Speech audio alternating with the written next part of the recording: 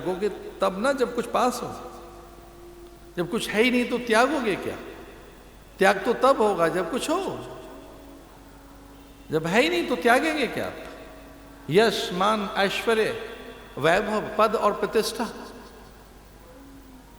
और सच में सन्यास में त्याग जैसी कोई चीज है भी नहीं, क्योंकि अगर आपको उसके सत्य का बोध हो गया है, पदार्थ के परिणाम से परिचित हैं आप, तो फिर किसे त्याग रहे हैं, किससे भाग रहे हैं? तो सन्यास में भागना भी नहीं है, पलायन भी नहीं है। इसलिए गुरु ने कहा था कि आओ ज्ञान दीप जलाएं, अंतर में उजियारा करें, आज समाधि जगाएं, सच को पहचानें। और ऐसा हो गया। गुरु ने कहा था कि जो जान जाएं, सीख जाएं, जिन्हें सत्यानुभूति हो जाए, रसानुभूति, ब्रह्मानुभूति, जिन्हें ब्रह्म का साक्षात्कार हो जाए, वो पूर्ण हो गए। फिर वो निकल भी जाएं, वो यहां रहें वहां रहें, क्या अंतर पड़ता है? फिर वो जाएंगे भी तो चटाई क्यों लपेट के जाएंगे, उच्छिष्ट पात्र भी क्यों धोकर जाएंगे? क्योंकि फिर वो गुरु हो गए। पत्ता पक गया तो डाल से निकल ही जाता है। पीत पत्र हो जाने के बाद, पकने के बाद पत्र कहाँ डाल पर रहता है? फल डाल पर रहता कहाँ है? डाल पर तब तक है फल जब तक पका नहीं है।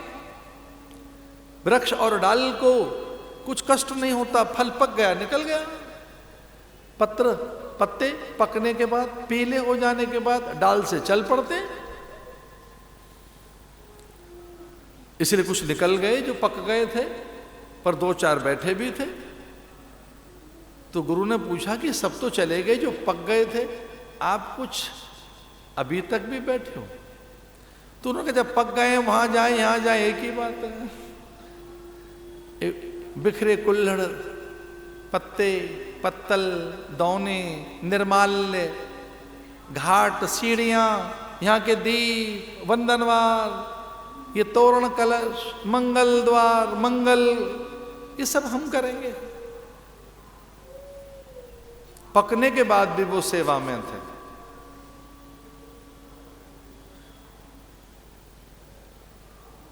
ये जो अकामता है, इसके बाद ही तो है मोक्ष। और ये अकामता तब आएगी जब अर्थ की सिद्धि हो।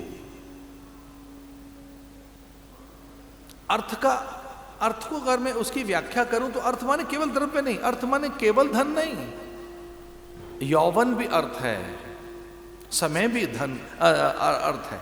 समय, विचार, बौद्धिकता, रितंभरा, आपकी प्रज्ञा, आपका उत्साह, मानसिक बल, आत्म ऊर्जा, ये सब द्रव्य है।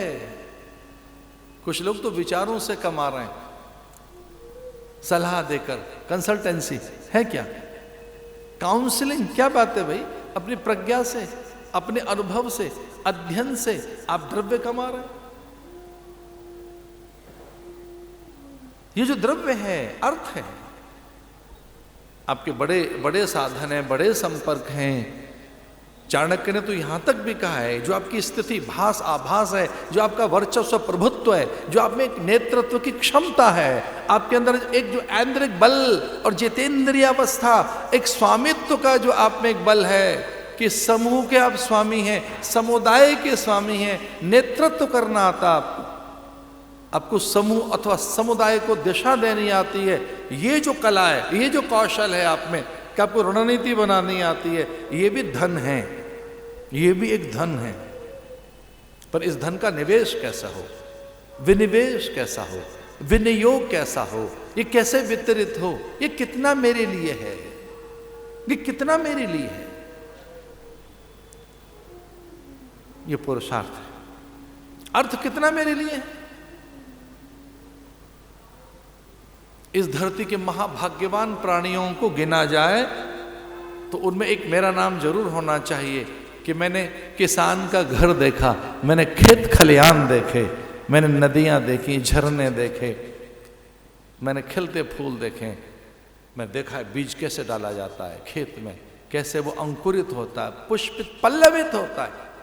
एक किसान किस तरह से बांट देता है अपनी चीजें, अपने हिस्से उतना ही लेकर आता है। पुरुषार्थ करने के बाद भी एक किसान सन्यासी जैसा जीवन जीता है, आकाश वृत्ति से रहता है।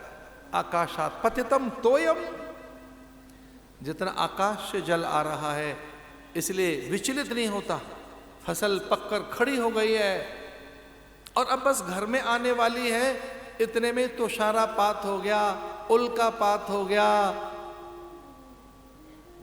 ओलापात हो गया है, अतिवृष्टि हो गई है,